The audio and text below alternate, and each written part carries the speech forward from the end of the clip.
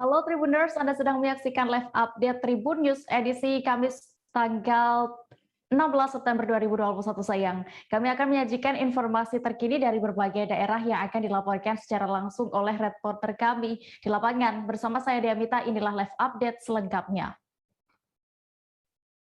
Kabupaten Maibrat hingga kini masih terus diberi pengawalan ketat pasca penyerangan oleh KNPB terhadap pos Koramil Persiapan Kisor, Kampung Kisor Distrik Aifat Selatan.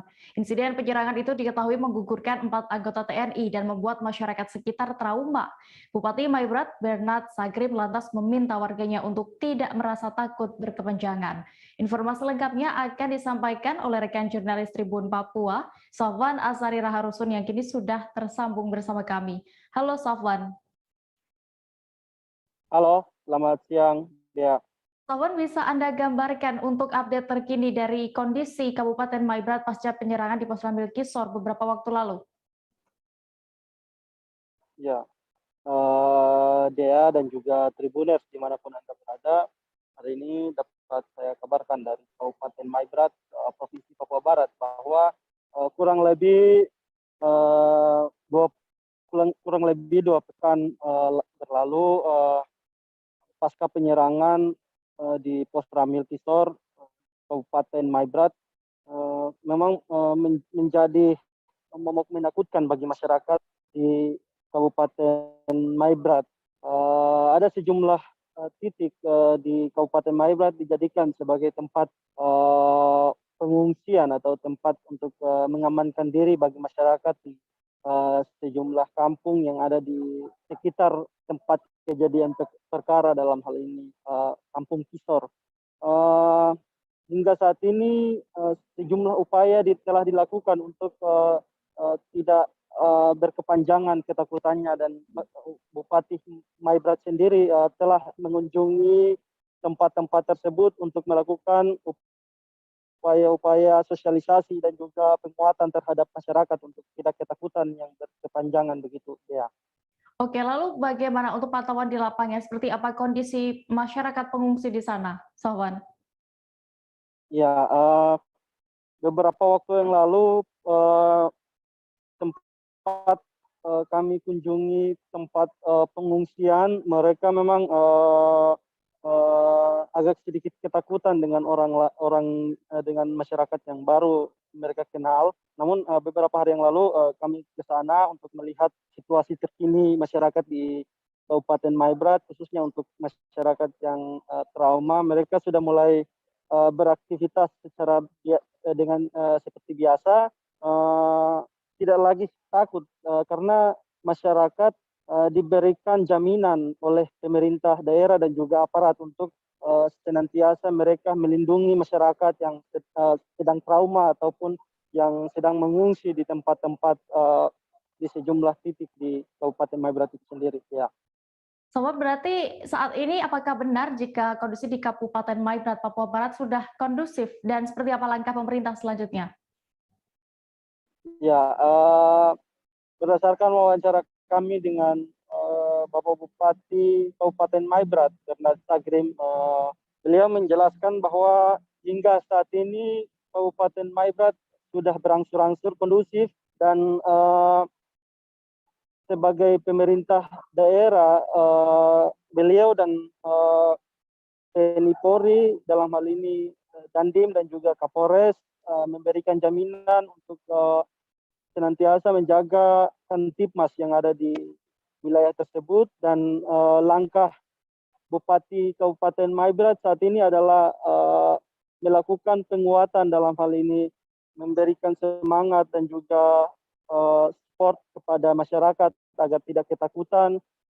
Bahkan Bupati sendiri akan memerintahkan bawahannya untuk mendata masyarakat yang siap untuk pulang ke kampung masing-masing. Salah satunya yaitu Kampung Sasamuk yang menjadi yang bersebelahan dengan Kampung Kisor.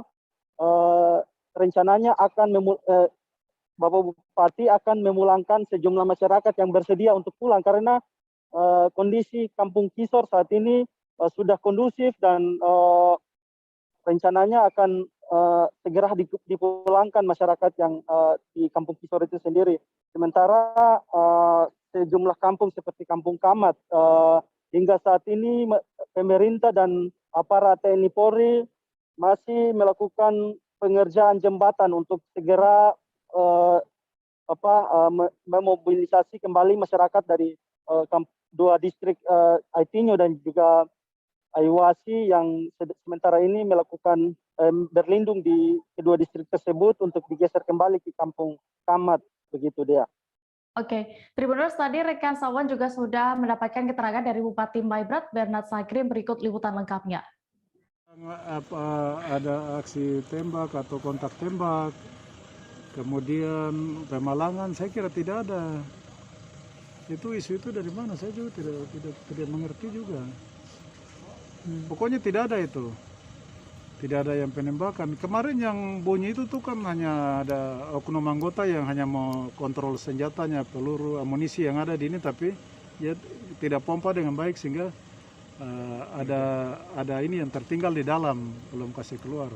Makanya begitu mau uji tembak, mau tes kekosongan itu padahal masih ada satu butir yang di dalam bunyi itu. Kemarin itu bukan orang tembak karena tidak ada. Baru tidak ada palang di mana, baru dong tembak menembak kontak itu di mana? Saya juga tidak mengerti nih. Mungkin di Maibrat mana mungkin. Berarti kondisi Maibrat saat ini sudah aman, mulai terkendali, kondusif. Siap. Sekarang kita lagi laksanakan pemulihan nih. Siap. Recovery sekarang. Oke.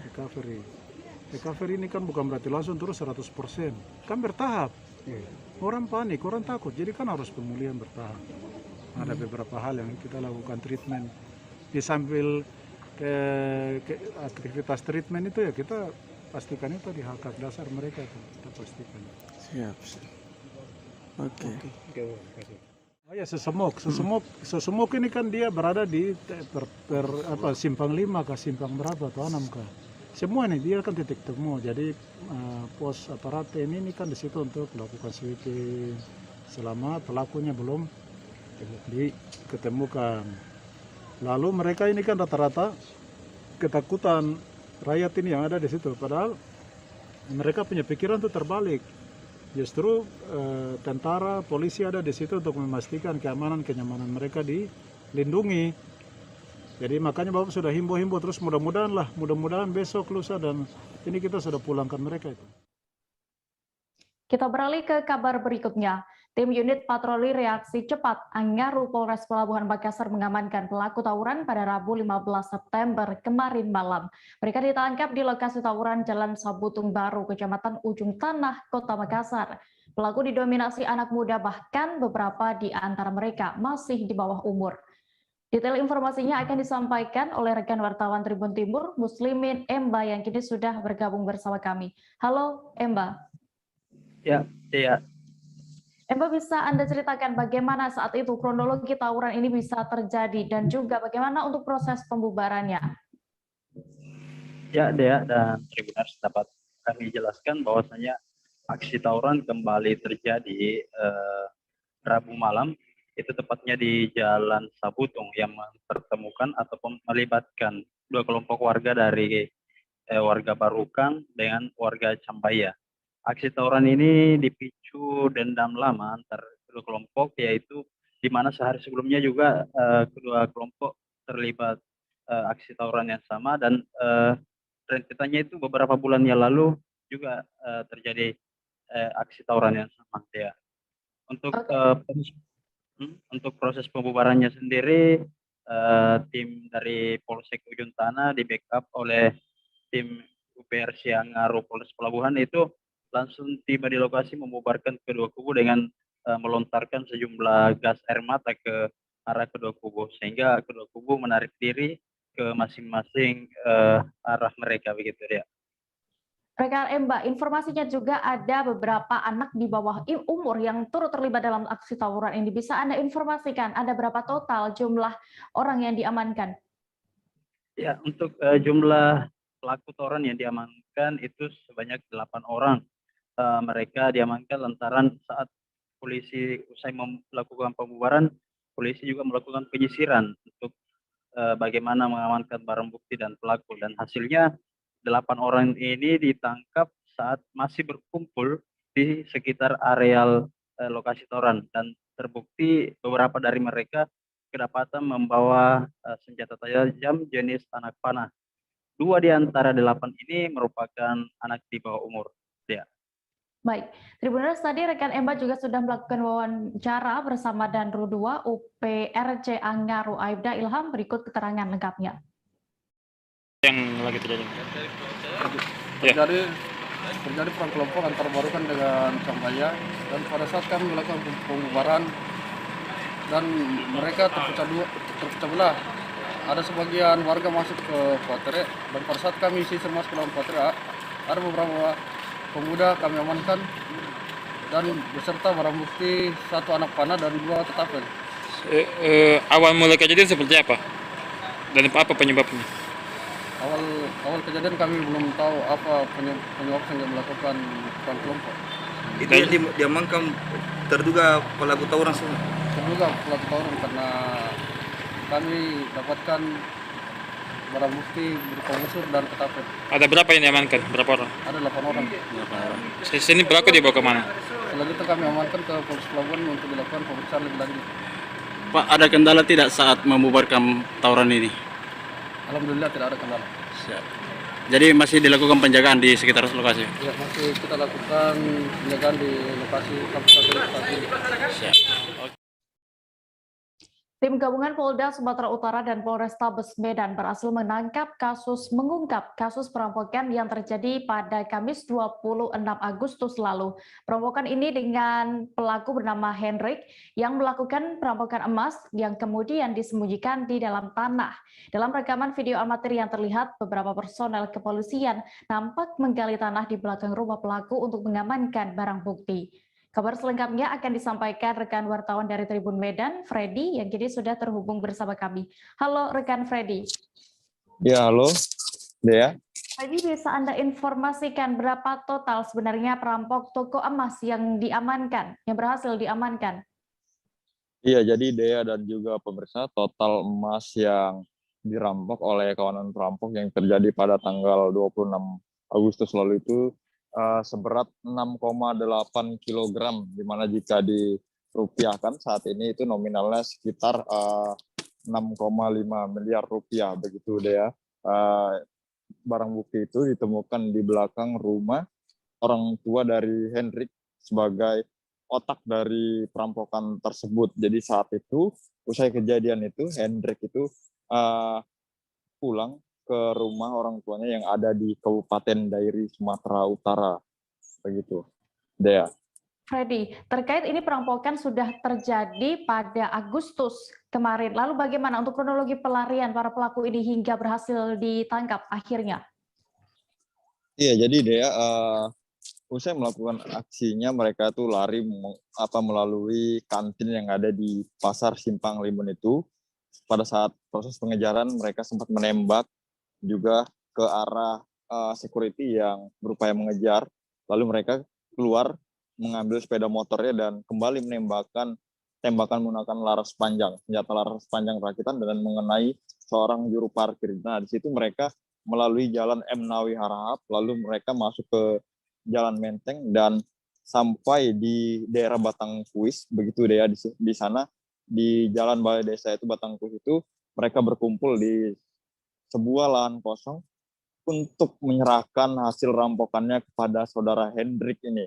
Dan pada saat itu memang tasnya mereka tuh terbagi menjadi 2 Dea. Jadi dijadikan dalam satu wadah, lalu emas seberat 6,8 kg itu dibawa Hendrik ke rumahnya yang berada di Lubuk Pakam, Kabupaten Deli Serdang. Lalu ia menggunakan kendaraan yang sama itu pergi ke Kabupaten Dairi untuk melarikan diri. Sementara rekan-rekannya, 3 rekannya yang lain yang ikut dalam aksi perampokan itu pulang ke rumah masing-masing, begitu Dea. Oke, lalu barang bukti apa saja yang berhasil diamankan?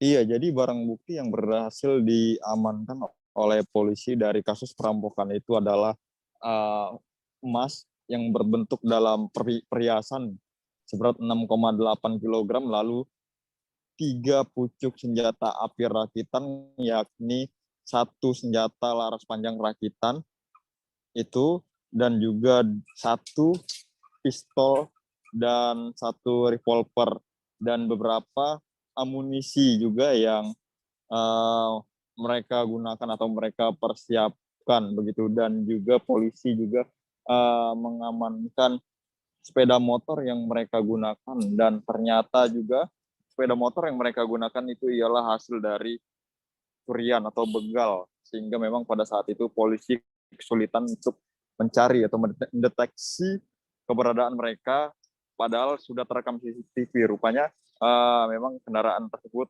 hasil dari curian, begitu Dea dan juga pemirsa. Baik, Tribuners, tadi rekan Freddy juga sudah berhasil mendapatkan keterangan dari Kapolda Sumut, Irjen Pol RZ Pancaputra Simanjuntak. Berikut keterangan lengkapnya. Saudara-saudara sekalian, ide itu disampaikan oleh Hendrik kepada saudara Dian untuk mencari orang. Kemudian setelah dipertemukan ada 3 orang, yaitu masing-masing PS, Farel, dan Prayogi alias Bejo, maka dipertemukanlah ketiga orang ini dengan saudara Hendrik. Ide lokasi Pasar Simpang Limun itu dari saudara Hendrik menetapkannya. Kemudian sebelum pelaksanaan, saudara-saudara sekalian, mereka melakukan observasi, ya, peninjauan ke lapangan. Kapan itu? Tepat pada tanggal 25 Agustus ya 2021, sekitar siang hari. Saudara Paul, Farel, dan Prayogi mendatangi pasar atau pajak Simpang Limun, melihat sasarannya, menentukan dan memperhatikan mana toko yang akan menjadi sasarannya. Kemudian setelah itu mereka kembali dan melaporkan hasil observasinya kepada saudara Hendrik, dan direncanakanlah pelaksanaan kegiatannya pada besok harinya. Sebelum melakukan, saudara-saudara sekalian, dari fakta yang kita temukan hasil penyelidikan bahwa kegiatan ini terencana dengan baik. Kami akan kembali seusai jeda sejenak, Tribuners. Tetaplah di live update. Oke, apa kabar Bang Arif di sini untuk strateginya? Kalau saya sendiri di Jumip 37 ini yang semalam baru mulai, saya udah sebenarnya aku nggak ngerasain penangkapan atau penggerebegan atau apapun itu, karena gini loh, posisinya aku kriteria. Jadi kita mengenal disebut dengan stroke yang tidak berdarah dengan stroke yang berdarah. Stroke yang tidak berdarah itu biasanya ditandai dengan adanya penyumbatan. Kalau itu terjadi di sini mungkin pikirnya tidak ke situ kali ya, tapi kalau di Korea atau di Kamboja itu ada beberapa paper yang saya itu Mas, ya, dulunya tukang koran. Oh gitu ya, tukang koran. Ya, saya baca itu Pak. Tuh kan, pernah baca kan? Ya. Jadi kalau saya jadi tanggam itu udah bersyukur banget. Si anak ini dijadikan sebagai tersangka begitu. Ya, kalau ini kita bicara yang di luar kasus Kebongombo ya. Dengan nama hujan shower, di mana terdapat batas jelas antara daerah hujan dan tidak hujan yang biasanya terjadi pada fase awal mature stage atau tahap berbahaya dewasa. itu Kang. Jadi mulai artinya terjadinya perlembekan. Nah itu untuk penetrasi akan sulit. Gitu ya. Dok, saya ini menurut saya memang tidak mudah, bukan urusan tanah diambil. Kalau misalnya Amerika Serikat sekarang, Rasulullah mengatakan dalam sebuah hadis bahwa berpuasa di 6 hari Syawal itu. Oke, apa kabar Bang Arif di sini untuk strateginya? Kalau saya sendiri di Jumip 37 ini yang semalam baru mulai, saya udah sebenarnya aku nggak ngerasain penangkapan atau penggerebegan atau apapun itu, karena gini loh, posisinya aku kriteria. Jadi kita mengenal disebut dengan stroke yang tidak berdarah dengan stroke yang berdarah. Stroke yang tidak berdarah itu biasanya ditandai dengan adanya penyumbatan. Kalau itu terjadi di sini mungkin pikirnya tidak ke situ kali ya, tapi kalau di Korea atau di Kamboja itu ada beberapa paper yang saya itu Mas, ya, dulunya tukang koran. Oh gitu ya, tukang koran. Ya, saya baca itu Pak. Tuh kan, pernah baca kan? Ya. Jadi kalau saya jadi tanggam itu udah bersyukur banget. Si anak ini dijadikan sebagai tersangka begitu. Ya, kalau Ini kita bicara yang di luar kasus Sebongombo ya. Dikenal dengan nama hujan shower, di mana terdapat batas jelas antara daerah hujan dan tidak hujan yang biasanya terjadi pada fase awal mature stage atau tahap Berbahaya dewasa. itu Kang. Jadi mulai artinya terjadinya perlembekan. Nah itu untuk penetrasi akan sulit. Gitu ya. Dok, saya ini menurut saya memang tidak mudah. Anda masih menyaksikan live update, kita menuju kabar selanjutnya. Seorang pria mengamuk dan memaksa naik kereta api tanpa tiket di stasiun Tanjung Karang, Bandar Lampung. Pria tersebut menodongkan senjata tajam jenis pisau ke arah petugas dan membuat kerusuhan di stasiun. Pria itu pun kemudian diamankan petugas dan video saat pengamanan pun sempat viral di media sosial. Saat ditemui Tribun Lampung, manajer Humas PT KAI di Frey 4 Tanjung Karang, Jaka Jakarsih membenarkan peristiwa tersebut. Kabar selengkapnya akan disampaikan rekan wartawan dari Tribun Lampung. DA ini memaksa naik dari stasiun Tanjung Karang menuju stasiun Kertapati Palembang. Adapun keberangkatan itu dijadwalkan jam 1 siang Sabtu 11 September kemarin. Namun saat dilakukan pemeriksaan oleh petugas kereta api, pria tersebut tidak membawa tiket maupun surat kelengkapan lainnya. Oleh karena itu, sesuai dengan ketentuan yang berlaku, pria tersebut harus diamankan atau diminta turun dari kereta api. Baik, Dea. Oke, Joviter, setelah diminta turun dari kereta api dan juga diperiksa oleh polisi, apa yang diinformasikan terkait motif pria tersebut membawa pisau dan juga menaiki kereta api tanpa tiket? Ya, belakangan diketahui pria asal Bangka Belitung ini mengalami gangguan kejiwaan. Nah, untuk sementara pihak kereta api menyerahkan tindak lanjutnya ke aparat kepolisian setempat. Baik, ya. Untuk tanggapan dari pihak PT KAI, apakah sudah ada? Ya, manajer KAI di Frey Tanjung Karang, Jaka Jakarsih mengatakan bahwa sesuai ketentuan maka yang bersangkutan tidak diperkenankan naik kereta api, namun untuk proses selanjutnya diserahkan ke aparat kepolisian. Dan juga dari Polsek atau sektor Tanjung Karang Barat sudah mengamankan pria tersebut. Selain mengamankan pria tersebut juga ditemukan satu bilah pisau yang digunakan untuk menodongkan ke arah petugas kereta api. Namun saat ini diketahui juga bahwa pria yang diduga mengalami gangguan kejiwaan ini sudah diserahkan ke dinas sosial setempat. Baik. Ya. Oke, terima kasih rekan jurnalis Tribun Lampung, Joviter Husin untuk laporannya. Selamat kembali bertugas. Beralih ke Aceh, Tribuners. Satuan Reserse Kriminal Polres Aceh Jaya berhasil mengamankan terduga pelaku pembunuhan 5 ekor gajah. Mereka diduga melakukan pemburuan gajah untuk diambil gadingnya di perkebunan kelapa sawit Desa Tuwie Pria, Kecamatan Pasir Raya, Kabupaten setempat. Keseluruhan terduga pelaku ini diketahui memiliki perannya yang berbeda-beda dalam melancarkan aksi itu. Selengkapnya akan disampaikan rekan jurnalis Rambi News, Rizky Bintang, yang kini sudah terhubung bersama kami. Halo rekan Rizky. Halo rekan Dea. Rizky, bisa Anda ceritakan kronologi lengkap pengungkapan kasus pemburuan gading gajah ini? Baik rekan Dea dan Tribuners dimanapun Anda berada, kejadian pemburuan gading gajah yang terjadi di Kabupaten Aceh Jaya terjadi pada Januari 2020 lalu, di mana informasi pertama ditemukan 5 bangkai gajah yang berada di area perkebunan, tepatnya di Desa Tuwie Pria, Kecamatan Pasir Raya, Kabupaten Aceh Jaya. Setelah mendapatkan informasi tersebut, pihak kepolisian langsung menuju ke lokasi kejadian dan melakukan olah tempat kejadian perkara. Untuk proses penyelidikan itu sendiri, pihak kepolisian sendiri membutuhkan waktu kurang lebih 1 tahun 8 bulan hingga pada 27 Agustus 2021 pihak kepolisian mengamankan 6 pelaku yang diduga merupakan pelaku pembunuhan gajah di Kabupaten Aceh Jaya. Oke, Rizky, tadi informasinya para pelaku ini memiliki perannya masing-masing. Apa saja itu bisa diinformasikan? Baik deh, sesuai keterangan yang disampaikan oleh Kapolres Aceh Jaya, bahwasannya dari ke-11 pelaku ini memiliki peran masing-masing, baik dari mulai yang memasang perangkat, mencari lokasi, dan juga menjadi penadah serta penjual dari gading ini sendiri. Oke, lalu kemana gading-gading itu dijual dan untuk penadah apakah juga sudah ikut ditangkap? Baik Dea, untuk informasi yang disampaikan kemarin hari bahwasannya gading gajah ini sendiri dijual kepada MD warga Aceh Timur, di mana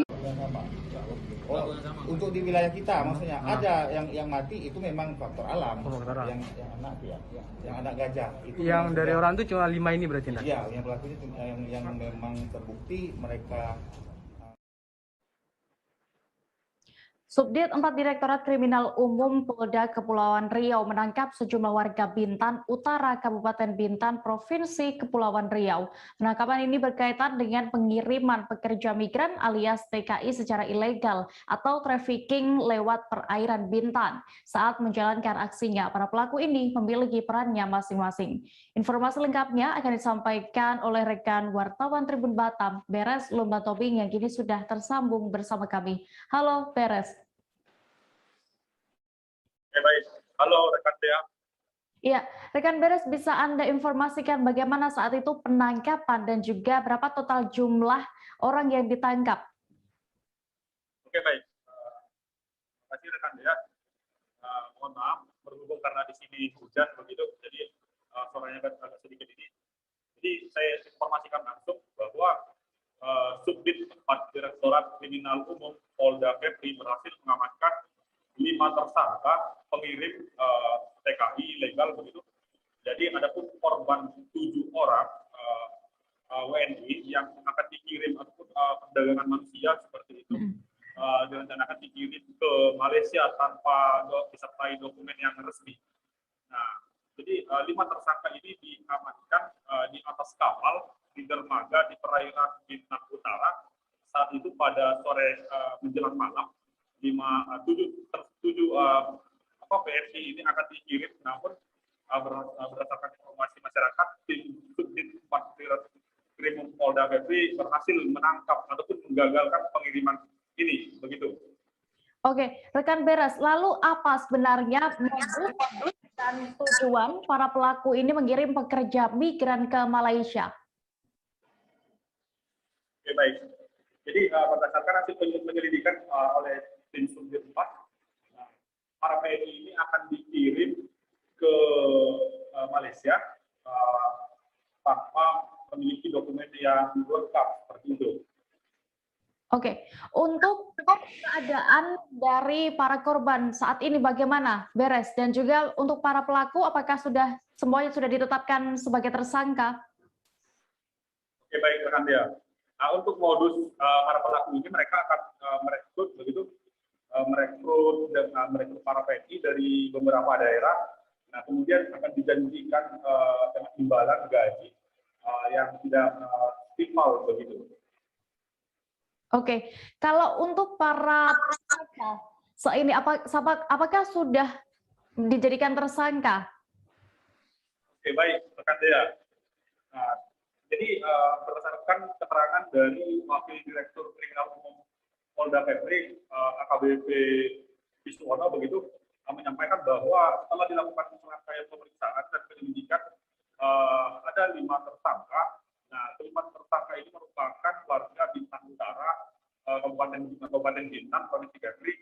Nah, mereka ini berperan sebagai pengirim begitu, penyalur. Nah, yang di antara mereka ada yang punya peran masing-masing, ada yang menjemput, ada yang mengirim.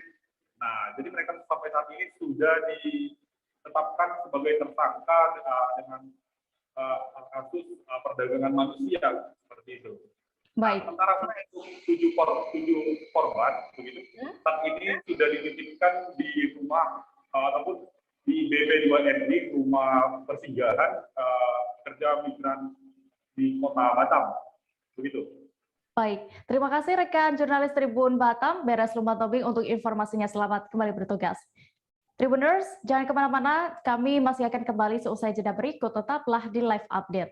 Oke, apa kabar Bang Arif di sini untuk strateginya? Kalau saya sendiri di Game 37 ini yang semalam baru mulai, saya udah pasti. Sebenarnya aku nggak ngerasa itu penangkapan atau penggerbegan atau apapun itu. Karena gini loh, posisinya aku kriteria. Jadi kita mengenal disebut dengan stroke yang tidak berdarah dengan stroke yang berdarah. Stroke yang tidak berdarah itu biasanya ditandai dengan adanya penyumbatan. Kalau itu terjadi di sini mungkin pikirnya tidak ke situ kali ya, tapi kalau di Korea atau di Kamboja itu ada beberapa paper yang Saya itu mas, dulunya tukang koran. Oh gitu ya. Tukang koran. Ya, saya baca itu Pak. Tuh kan, pernah baca kan? Ya. Jadi kalau saya jadi tanggam, itu udah bersyukur banget. Si anak ini dijadikan sebagai tersangka begitu. Ya, kalau ini kita bicara yang di luar kasus Sebongombo ya. Dikenal dengan nama hujan shower, di mana terdapat batas jelas antara daerah hujan dan tidak hujan yang biasanya terjadi pada fase awal mature stage atau tahap Berbahaya dewasa. itu Kang. Jadi mulai artinya terjadinya perlembekan. Nah itu untuk penetrasi akan sulit. Gitu ya. Dok, saya ini menurut saya memang tidak mudah, bukan urusan tanah diambil. Kalau misalnya Amerika Serikat sekarang, Rasulullah mengatakan dalam sebuah hadis bahwa berpuasa di 6 hari Syawal itu.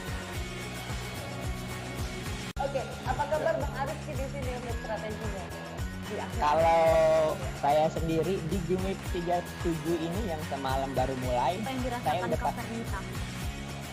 Sebenarnya aku nggak ngerasa itu penangkapan atau penggerbegan atau apapun itu, karena gini loh, posisinya aku kriteria. Jadi kita mengenal disebut dengan stroke yang tidak berdarah dengan stroke yang berdarah. Stroke yang tidak berdarah itu biasanya ditandai dengan adanya penyumbatan. Kalau itu terjadi di sini mungkin pikirnya tidak ke situ kali ya, tapi kalau di Korea atau di Kamboja itu ada beberapa paper yang Saya itu mas, dulunya tukang koran. Oh gitu ya. Tukang koran. Ya, saya baca itu Pak. Tuh kan, pernah baca kan? Ya. Jadi kalau saya jadi tanggam, itu udah bersyukur banget. Si anak ini dijadikan sebagai tersangka begitu. Ya, kalau ini kita bicara yang di luar kasus Sebongombo ya. Dikenal dengan nama hujan shower, di mana terdapat batas jelas antara daerah hujan dan tidak hujan yang biasanya terjadi pada fase awal mature stage atau tahap Berbahaya dewasa. itu Kang. Jadi mulai artinya terjadinya perlembekan. Nah itu untuk penetrasi akan sulit. Gitu ya. Dok, saya ini menurut saya memang tidak mudah, bukan urusan tanah diambil. Kalau misalnya Amerika Serikat sekarang, Rasulullah mengatakan dalam sebuah hadis bahwa berpuasa di 6 hari Syawal itu. Oke, apa kabar Bang Arifki di sini untuk strateginya? Kalau saya sendiri di Gimik 37 ini yang semalam baru mulai, saya udah Sebenarnya aku nggak ngerasa itu penangkapan atau penggerbegan atau apapun itu, karena gini loh, posisinya aku kriteria. Jadi kita mengenal disebut dengan stroke yang tidak berdarah dengan stroke yang berdarah. Stroke yang tidak berdarah itu biasanya ditandai dengan adanya penyumbatan. Kalau itu terjadi di sini mungkin pikirnya tidak ke situ kali ya, tapi kalau di Korea atau di Kamboja itu ada beberapa paper yang Saya itu mas, dulunya tukang koran. Oh gitu ya. Tukang koran. Ya, saya baca itu Pak. Tuh kan, pernah baca kan? Ya. Jadi kalau saya jadi tanggam, itu udah bersyukur banget. Si anak ini dijadikan sebagai tersangka begitu. Terima kasih Tribuners, Anda masih setia menyaksikan live update. Kita menuju ke informasi berikutnya. Angin puting beliung menerjang Kabupaten Mamuju, Sulawesi Barat pada Rabu 15 September petang kemarin. Puluhan rumah warga di Dusun Garuda, Desa Papalang, Kecamatan Papalang, Porak-Poranda diterjang angin puting beliung. Detail informasinya akan disampaikan langsung oleh rekan wartawan Tribun Sulbar, Fahrun Ramli, yang kini sudah bergabung bersama kami. Halo Fahrun. Ya, rekan Dea. Bisa Anda informasikan bagaimana kondisi terkini di Dusun Garuda, Kecamatan Papalang, seusai dilanda angin puting beliung kemarin? Ya, betul sekali. Kondisi terkini di Dusun Garuda itu adapun tercatat sampai saat ini ada 27 rumah rusak parah, bahkan rumah tersebut sudah tidak layak huni lagi. Kondisi terkini warga yang terdampak angin puting beliung tersebut sudah mengungsi di rumah kerabatnya masing-masing, dan Badan Penanggulangan Bencana Daerah Kabupaten Mamuju serta Dinas Sosial Mamuju sudah menyalurkan bantuan berupa selimut, makanan siap saji, dan mendirikan tenda darurat, bahkan juga ikut mendirikan dapur umum seperti itu, rekan Dea. Oke, berarti Farun, ini berarti ada total berapa warga yang mengungsi seusai bencana ini? Adapun total warga yang mengungsi sampai saat ini itu tercatat 31 kepala keluarga dengan rincian yang orang dewasa 95 orang, ada lansia 8 orang, balita 9 orang, ada anak bayi 1 orang, anak kecil 5 orang, ibu hamil 1, total 199 jiwa yang terdampak bencana angin puting beliung dan 27 rumah warga rusak, sehingga dia mengungsi sebagian di rumah kerabat, di rumah kerabat seperti itu rekan dia. Baik, terima kasih rekan wartawan Tribun Sulbar, Fahrun Ramli untuk laporannya. Selamat kembali bertugas. Kita beralih ke informasi berikutnya. Hujan deras yang mengguyur kota Prabu Mulih pada Rabu 15 September malam kemarin membuat kota Prabu Mulih dikepung banjir. 2 jam hujan deras membuat 12 kelurahan totalnya di kota itu dikepung banjir. Ketinggian air bervariasi mulai dari setinggi betis hingga setinggi dada pria dewasa. Kabar selengkapnya akan disampaikan rekan wartawan Tribun Sumsel, Edison Bastari yang kini sudah terhubung bersama kami. Halo rekan Edison. Halo rekan Dea. Edison, selamat siang. Iya, Edison, apakah banjir parah dengan ketinggian lebih dari 1 meter ini memang sering terjadi di kota Prabu Mulih atau baru kali ini? Dapat kami informasikan untuk Tribunas sekalian bahwa di Prabu Mulih ini sering terjadi banjir. Namun untuk yang terparah dengan ketinggian dada baru terjadi kali ini. Untuk baru terjadi malam kemarin. Ini diakibatkan karena hujan deras lebih dari 2 jam. Begitu rekan ya.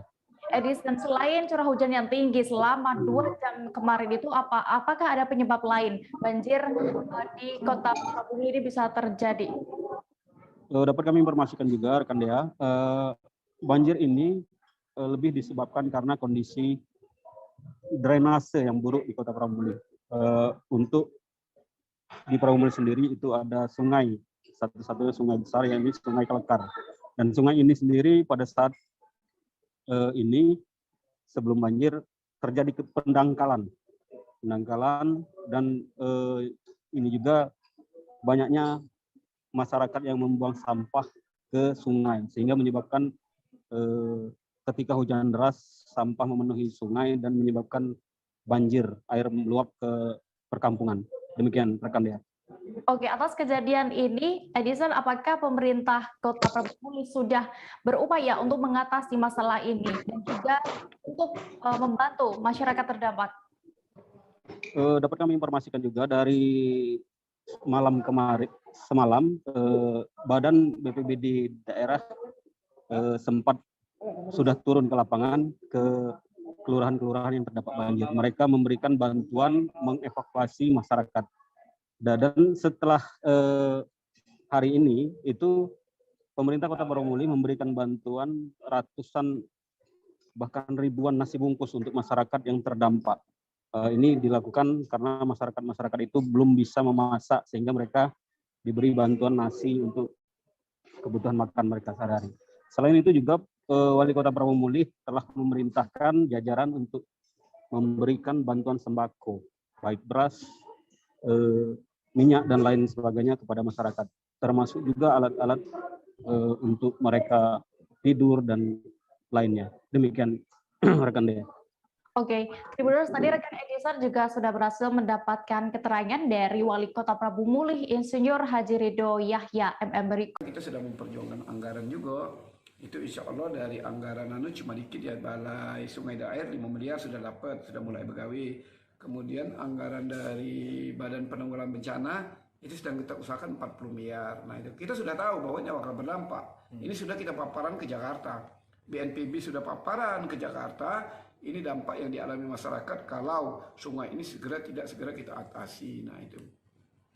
Dan juga ditambah masyarakat buang sampah sembarangan. Nah jadi tambah banyak yang membuat dia Sungai Kekar tidak ngalir. Yang ketiga, hilirnya juga kan Sungai Kekar berbatasan dengan sana Muara Enim. Walaupun di kita lancar, tapi di Muara Enim arah ke sebelah sana Pangkul tersendat juga. Nah, otomatis tidak ngalir ke sana juga. Jadi kuncinya itu salah satu kita bagaimana caranya Sungai Kelekar itu cepat kita gali sehingga dia cepat lari ke hilir. Kalau cepat lari ke hilir, timbul daerah-daerah lain bisa masuk airnya ke Sungai Kelekar. Itu. Itu yang kita dampak sekarang. Badan Penanggulangan Bencana Daerah Kabupaten Pandeglang, Banten mulai memasang alat pendeteksi gempa bumi dan tsunami. Alat pendeteksi itu dipasang di beberapa titik lokasi yang rawan akan bencana tersebut. Pemasangan ini menindaklanjuti pengalaman di tahun 2018, di mana saat itu terjadi tsunami namun belum ada alat pendeteksi tsunami dan gempa, membuat banyak korban yang hilang dan meninggal dunia. Kabar selengkapnya akan disampaikan rekan wartawan dari Tribun Banten, Martin Ronaldo, yang akan menyampaikan laporan. Halo Martin. Halo Dea.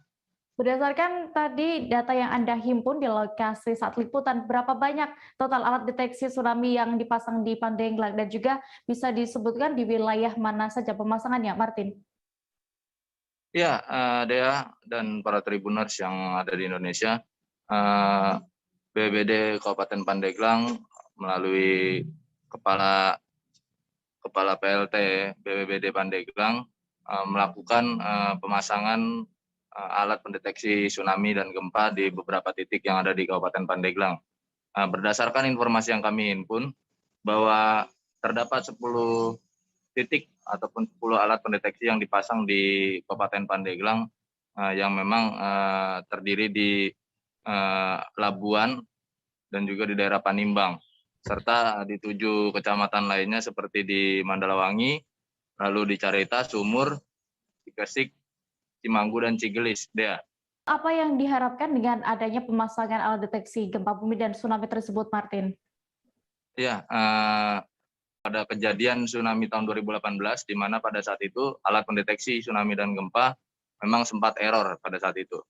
Dan kemudian pihak dari BPBD Kabupaten Pandeglang beserta dengan BMKG melakukan skema untuk bagaimana caranya kejadian pada tahun 2018 tidak kembali terulang di tahun-tahun yang akan datang.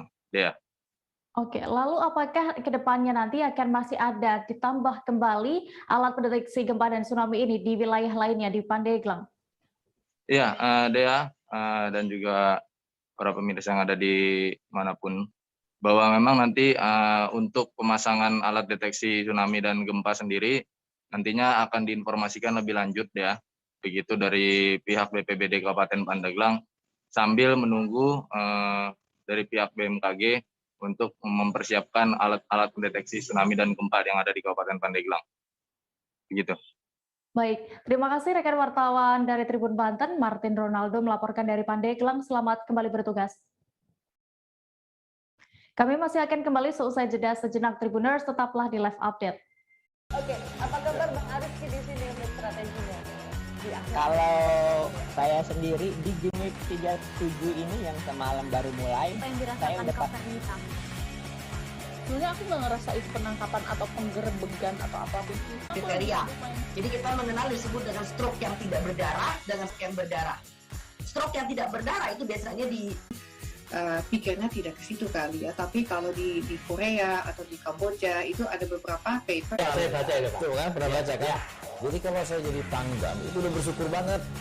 Si anak ini dijadikan sebagai tersangka begitu.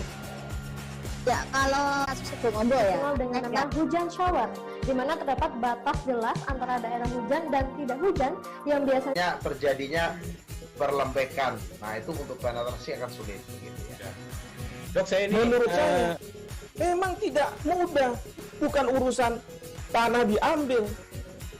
Kalau misalnya Amerika Serikat sekarang, Rasulullah mengatakan dalam sebuah hadis bahwa berpuasa di 6 hari Syawal.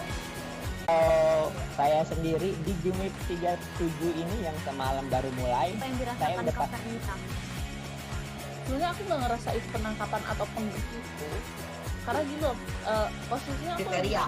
Jadi kita mengenal disebut dengan stroke yang tidak berdarah dengan stroke yang berdarah. Stroke yang tidak berdarah itu biasanya ditandai dengan adanya penyumbatan. Kalau itu terjadi di sini mungkin pikirnya tidak ke situ kali ya, tapi kalau di Korea atau di Kamboja itu ada beberapa paper yang Saya itu Mas, dulunya tukang koran. Oh gitu ya. Tukang koran. Ya, saya baca itu Pak. Tuh kan, pernah baca kan? Jadi kalau saya jadi tanggam itu udah bersyukur banget. si anak ini dijadikan sebagai tersangka begitu. Ya, kalau Ini kita bicara yang di luar kasus Sebongombo ya. Dengan nama hujan shower, di mana terdapat batas jelas antara daerah hujan dan tidak hujan yang biasanya terjadi pada fase awal mature stage atau tahap Berbahaya dewasa. itu Kang. Jadi mulai artinya terjadinya perlembekan. Nah itu untuk penetrasi akan sulit. Gitu ya. Dok, saya ini menurut saya memang tidak mudah. Bukan urusan tanah diambil.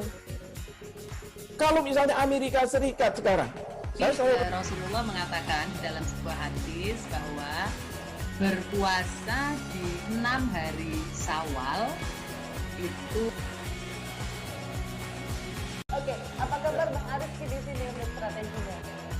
Kalau saya sendiri di Jumit 37 ini yang semalam baru mulai, saya udah pasti. Kita menuju ke informasi berikutnya, Tribuners. Seorang gadis di Muaro Jambi alami kejang-kejang usai melakukan penyuntikan dosis vaksin COVID-19.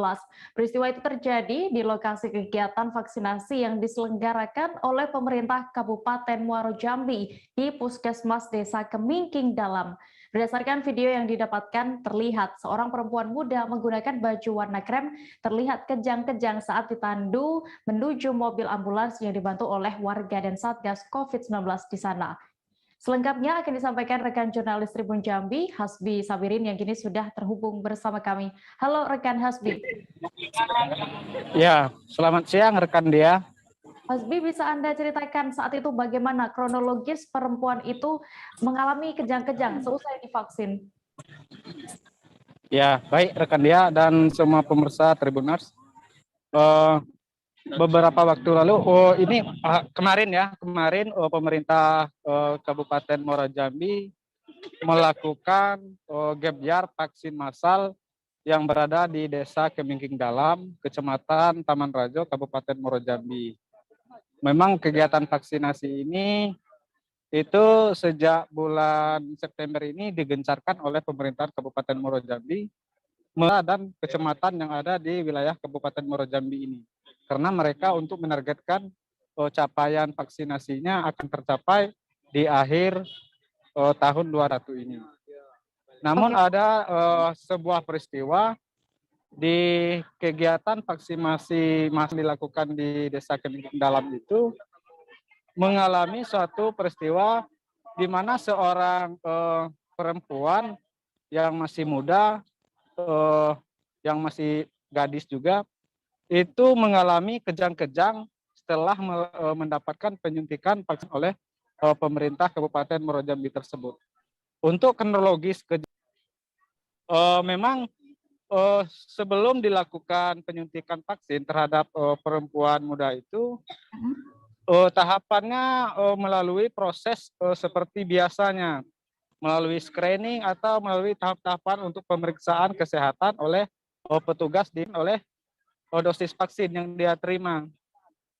Berdasarkan informasi yang kita terima dari Dinas Kesehatan Kabupaten Muaro Jambi, kejang-kejang yang dialami oleh perempuan itu bukan dari dosis vaksin, melainkan kata Kepala Dinas Kesehatan Muaro Jambi, perempuan itu memang mengalami gejala penyakit. Bagaimana penanganannya oleh pihak di sana? Ya, saat kejadian itu dia perempuan itu mengalami kejang-kejang, petugas COVID-19 Kabupaten Muaro Jambi tersebut melakukan pada pasien yang kejang itu untuk mendapatkan penanganan lebih lanjut di bawah itu mengalami kejang-kejang. Alhamdulillah sudah mulai membaik begitu dia. Baik, jurnalis Tribun Jambi Hasbi Sabirin melaporkan dari Muaro Jambi. Akan disampaikan rekan wartawan Tribun Manado, Christian Wayongkire, yang kini sudah tersambung bersama kami. Halo Christian. Selamat siang rekan Dea dan Tribun News dimanapun Anda. Rekan Christian, bisa Anda informasikan bagaimana saat itu Maesa Polres Bitung ya bisa dilakukan vaksinasi di desa? Ya, rekan Dea dan Tribun Tribun News dapat kami informasikan untuk pelaksanaan gerai vaksin presisi Polres Bitung yang berlangsung di Puskesmas Paceda bukan hanya diberikan kepada masyarakat umum, melainkan juga diberikan kepada sejumlah tahanan dari Polsek Maesa. Ada sekitar 2 orang dari total 6 orang yang menjalani screening dan hanya 2 orang yang lolos screening dan menjalani suntikan vaksinasi COVID-19 jenis Sinovac, rekan Dea. Oke, lalu kenapa saat itu tahanan akhirnya harus divaksin COVID-19, Christian? Menurut Kapolsek Maesa, AKP Dewa Ayu, pelaksanaan pemberian suntikan vaksinasi COVID-19 pada Maesa merupakan program dari pemerintah yang patut didukung dan diselenggarakan di tengah pandemi COVID-19 ini. Jadi selain kepada masyarakat umum, para tahanan juga berhak atau harus divaksin COVID-19. Rekan Dea. Oke, untuk awal didirikannya gerai vaksin presisi di Polres Bitung ini bagaimana? Jadi untuk gerai vaksin presisi Polres Bitung yang sampai saat ini terus berlangsung, menurut Kapolres Bitung, AKBP Alam Irawan, sebagai wujud mendukung program pemerintah dalam rangka pemberian vaksinasi COVID-19 kepada seluruh masyarakat yang ada di Kota Bitung. Dan gerai vaksin presisi Polres Bitung ini diselenggarakan dalam rangka atau hari ulang tahun Satuan Polisi Lalu Lintas Satlantas yang ke-66 yang nantinya akan jatuh pada tanggal 22 September tahun 2021. Rekan Dea. Baik, Tribuners, tadi rekan Christian juga sudah mewawancarai Kapolsek Maesa AKP Dewa Ayu Rayu Kacupaka. Berikut keterangan lengkapnya. Ya, jadi hari ini dilaksanakan gerai vaksin dengan Puskes Paceda jenis Sinovac sebanyak 106 dosis. Jadi kami juga membawa tahanan kami untuk melaksanakan vaksin, karena vaksin adalah program nasional yang harus dilaksanakan. Berapa jumlah tahanan Bu yang divaksin? Yang tadi datang sejumlah 6 orang, namun yang lolos screening hanya 2 orang. Jadi nanti untuk yang 4 bisa menyusul berikutnya. Oke, Bu, kalau boleh tahu mereka Udara atau Polairut Labuan Bajo, Polda Nusa Tenggara Timur membantu evakuasi seorang ibu hamil di Labuan Bajo. Ibu hamil bernama Nur Hayah, berusia 29 tahun, warga Pulau Mesa, Desa Pasir Putih, Kecamatan Komodo, Kabupaten Manggarai Barat, dievakuasi menggunakan KP Palue 223006. Detail informasinya akan disampaikan langsung oleh rekan wartawan Poskupang, Gesio Viana, yang kini sudah bergabung bersama kami. Halo rekan Gesio.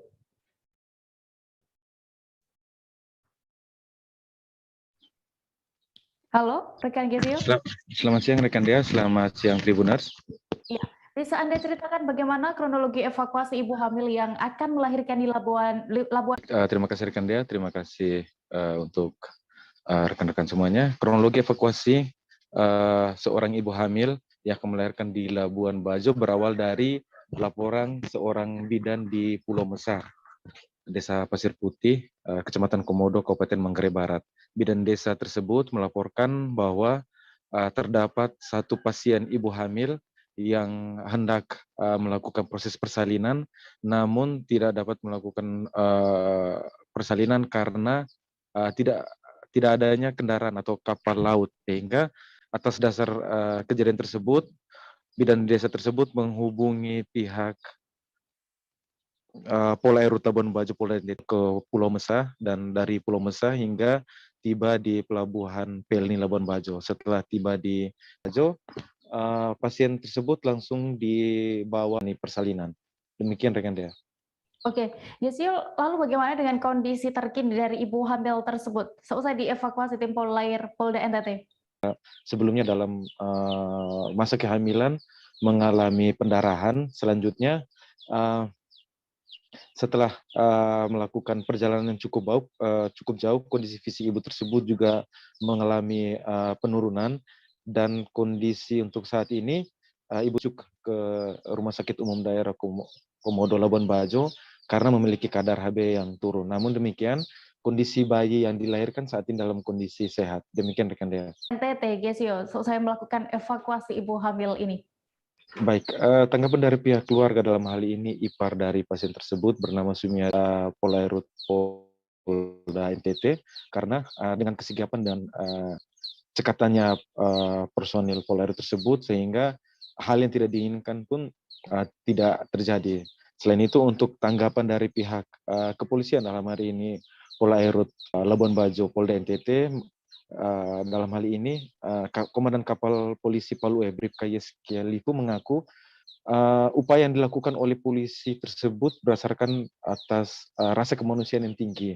Dikatakannya bahwa proses membantu sesama merupakan arahan dari pimpinan dan Polairut sendiri dalam tugasnya tidak hanya melakukan pengawasan baik di laut maupun juga di udara, tetapi paling penting yang harus dilakukan kepolisian adalah membantu sesama lebih khusus dalam hal kemanusiaan. Demikian rekan Dea. Baik, Tribuners, rekan Gesio juga sudah berhasil mendapatkan keterangan dari Komandan Kapal Polisi Bribka Yeskia Lipu. Berikut liputan lengkapnya. Ya, kami sangat konsen sesuai dengan. Kita jeda lagi Tribuners dan akan kembali dengan informasi menarik lainnya. Tetaplah di Live Update. Oke, apa kabar Bang Aris strateginya? Kalau saya sendiri di Jumit 37 ini yang semalam baru mulai, saya udah sebenarnya aku nggak ngerasa itu penangkapan atau penggerebegan atau apapun itu. Karena gini Jadi di sini mungkin pikirnya tidak ke situ kali.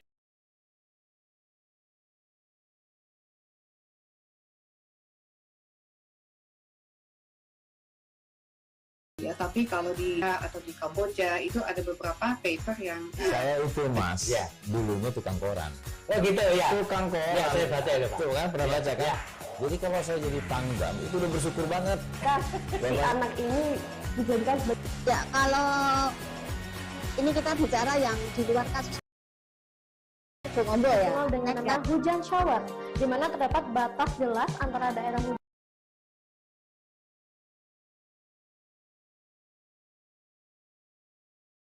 terjadinya perlembekan. Nah itu untuk penetrasi akan sulit begitu ya. Dok, saya ini menurut saya memang tidak mudah, bukan urusan tanah diambil. Kalau misalnya Amerika Serikat sekarang, Rasulullah mengatakan dalam sebuah hadis bahwa berpuasa di 6 hari Syawal itu. Oke, apa kabar Bang Aris di sini untuk strateginya? Kalau saya sendiri di Jumit 37 ini yang semalam baru mulai sebenarnya aku nggak ngerasa itu penangkapan atau penggerebegan atau apapun itu.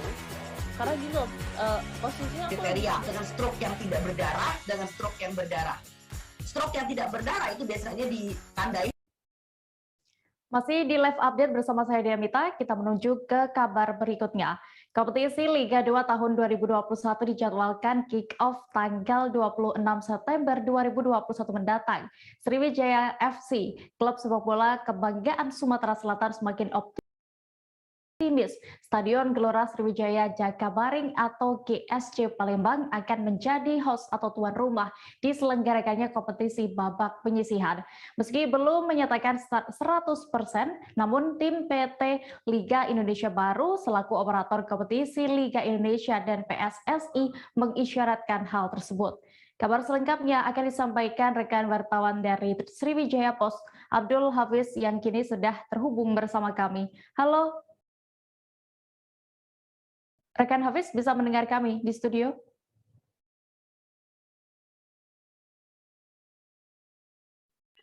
Oke, halo rekan Dea, siap. Ya, dari hasil inspeksi PT LIB dan juga PSSI ini, bagaimana tanggapan dari tim terhadap Stadion Gelora Sriwijaya Palembang? Apakah layak untuk menjadi tuan rumah Liga 2 2021 ini? Oke, bisa kami laporkan bahwa kemarin itu dari PT LIB maupun PSSI sudah melakukan inspeksi, melakukan verifikasi terhadap infrastruktur Stadion Gelora Sriwijaya Jakabaring Palembang.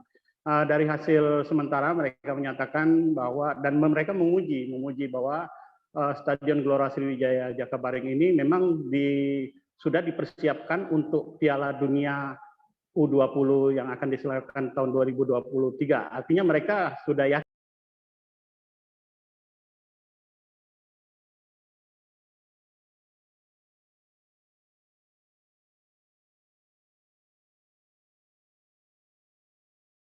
siapa yang layak untuk menjadi tuan rumah dari kompetisi Liga 2 tahun 2021 yang akan kick off pada tanggal 26 September ini.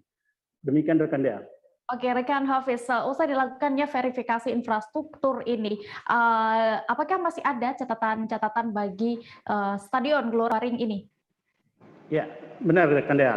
Kemarin dari pihak LIB menyatakan bahwa paling tinggal melengkapi sedikit-sedikit saja dan nanti mereka akan antara lain menempelkan prokes karena ini dalam masa pandemi agar biar pertandingan dapat berjalan lebih baik.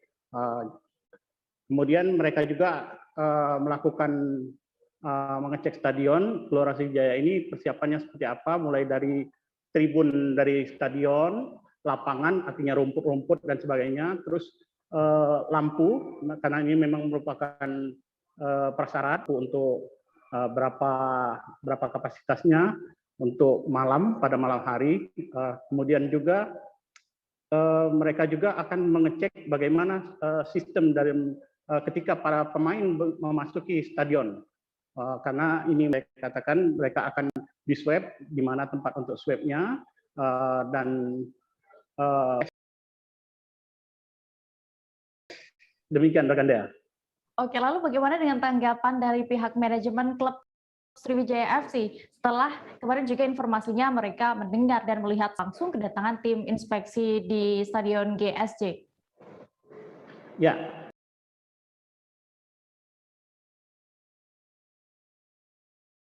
Ya, semakin optimis dengan kedatangan dari tim LIB maupun dari PSSI ini. Artinya mereka juga menyatakan berpeluang besar sebagai tuan rumah. Mereka juga bersyukur karena memiliki yang memang berskala internasional, artinya berskala FIFA untuk ukuran dari sepak bola, olahraga sepak bola.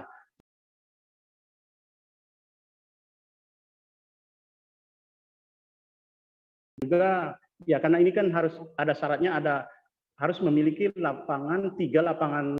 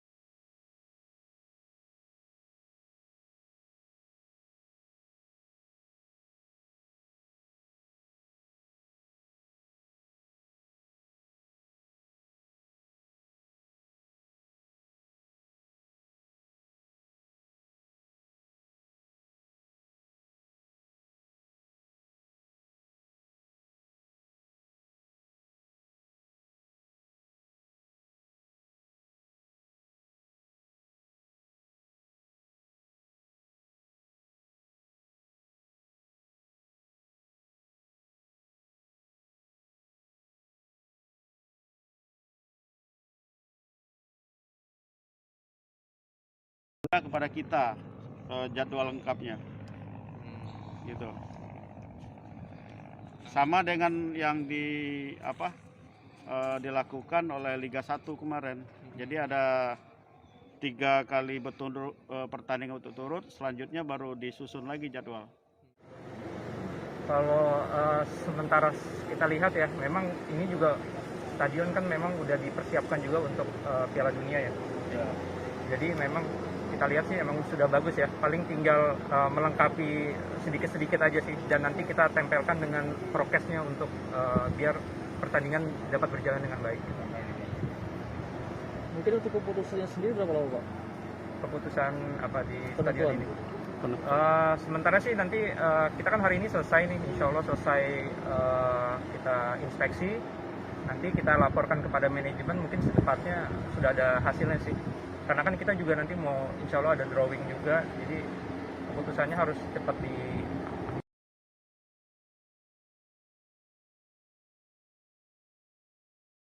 juga sih.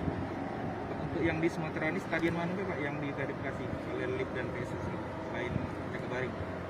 Kalau di Sumatera ini kemarin ada tim kita juga berangkat, itu ada yang ke Pekanbaru, ada yang ke Medan. Sekarang kita cek ke Sriwijaya ya, dan yang lainnya sih ada tambahan di Kalteng dan di Cilacap ya kemarin.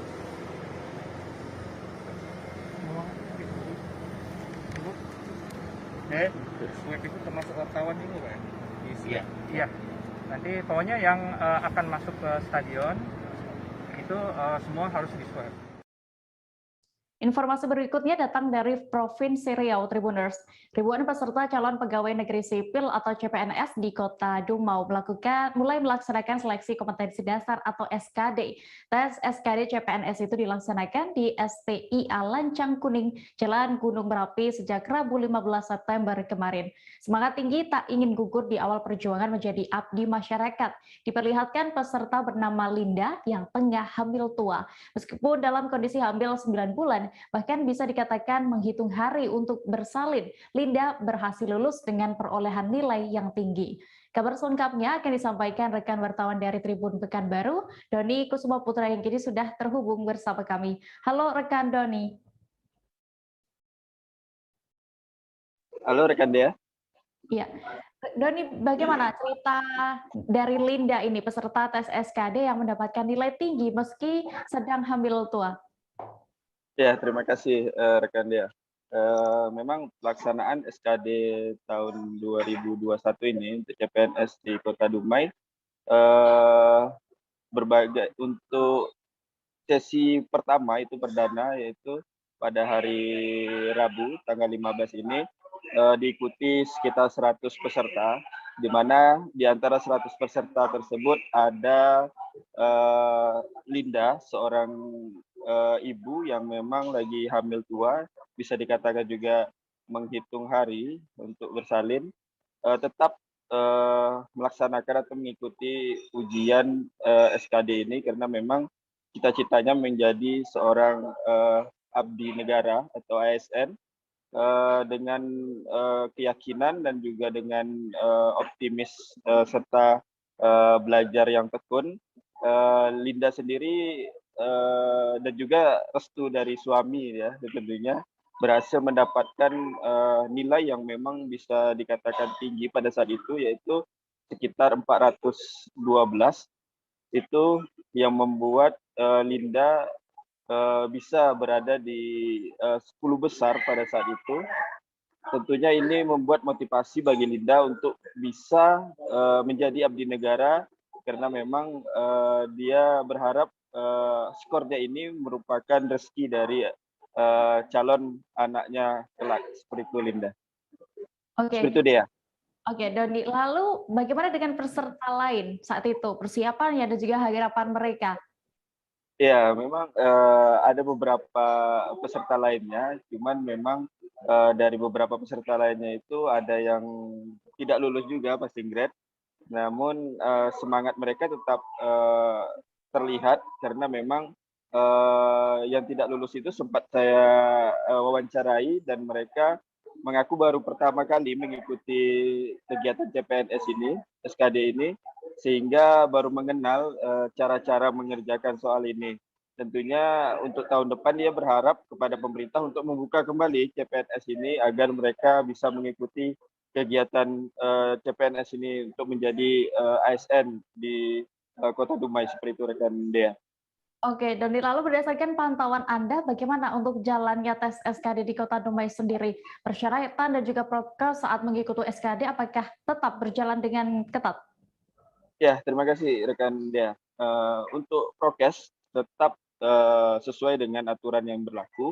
Ya, ini sebelum memasuki pekarangan lokasi tes, peserta dilakukan cek suhu, karena ini memang hal utama. Setelah memasuki pekarangan, kemudian peserta dianjurkan untuk mencuci tangan agar steril setelah dimasuk ke dalam kawasan tes. Peserta ditempatkan di ruang tunggu yang tentunya dengan jarak yang sesuai dengan ketentuan. Kemudian juga tes atau surat keterangan rapid antigen ini memang harus dibawa setiap peserta karena ini memang wajib untuk membuktikan bahwa peserta benar-benar tidak terpapar COVID-19 karena memang ini adalah hal yang wajib. Jika tidak dibawa maka peserta bisa saja tidak diperbolehkan untuk melaksanakan kegiatan SKD atau mengikuti SKD seperti itu rekan Dea.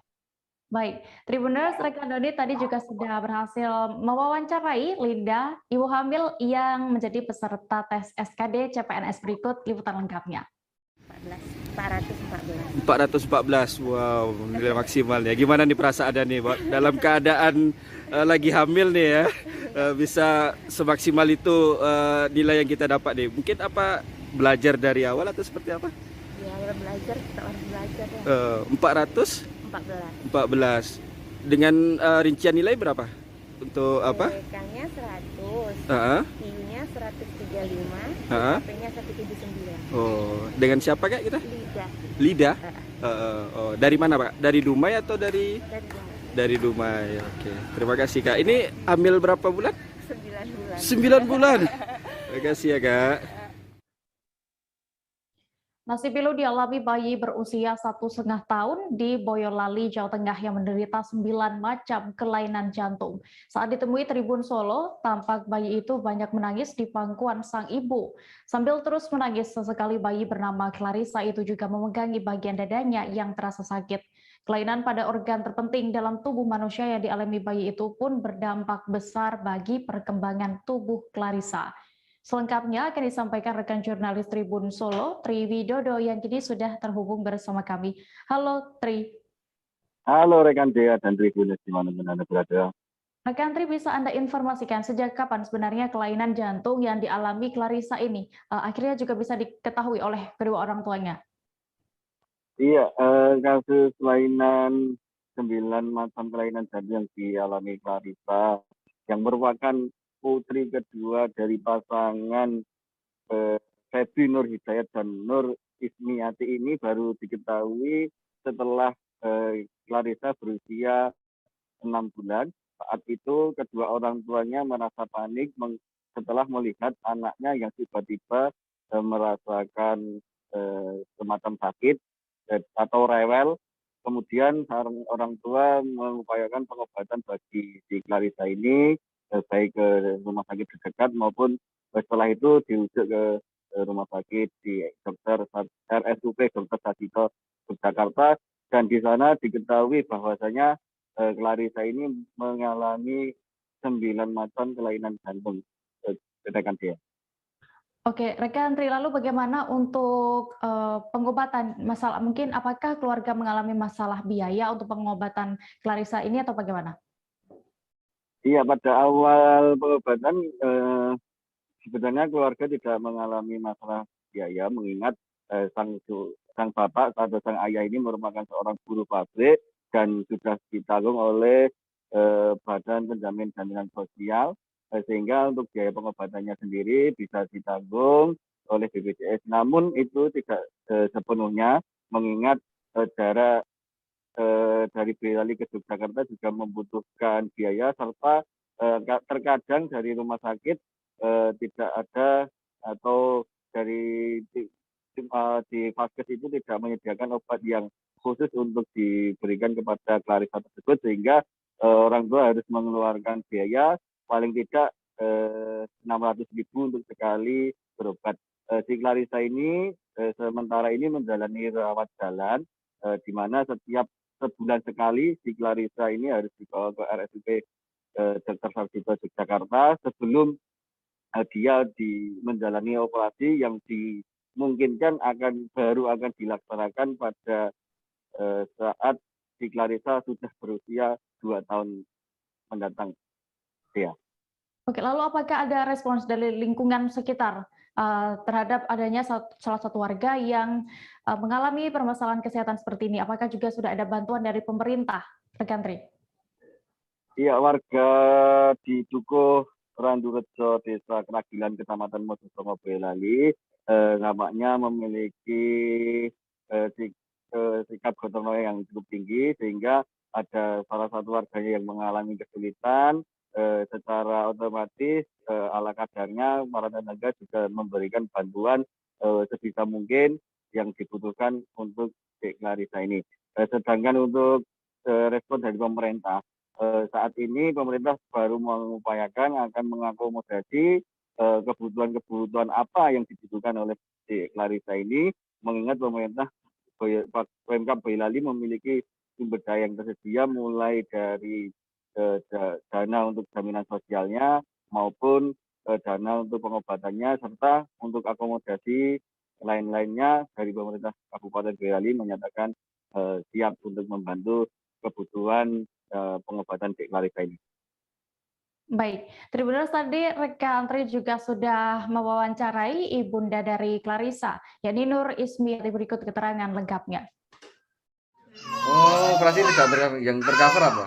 Ya itu pakai BPJS, tapi kan paling kayak habisnya 300 itu paling cuma 200. Kalau pas ikut grup ini loh, grup kelainan ini kan kontratas operasi. Perkiraan habis berapa biayanya? Kalau kemarin itu kan 250, tapi yang tercover cuma 200. Yang 50 juta bayar. Informasi tadi sekaligus menutup perjumpaan kita dalam live update siang ini, Tribuners. Jangan lupa untuk terus memperbaharui kabar terupdate lainnya di seluruh kanal YouTube Tribun Network. Dan juga Tribuners, lantaran masih di tengah pandemi, kami kembali mengingatkan kepada Anda untuk selalu menerapkan protokol kesehatan dimanapun berada. Mewakili kru yang bertugas, saya Diamita pamit. Terima kasih dan sampai jumpa. Oke, apa kabar Bang Ariski di sini untuk strateginya? Jangan lupa like, subscribe, dan share ya.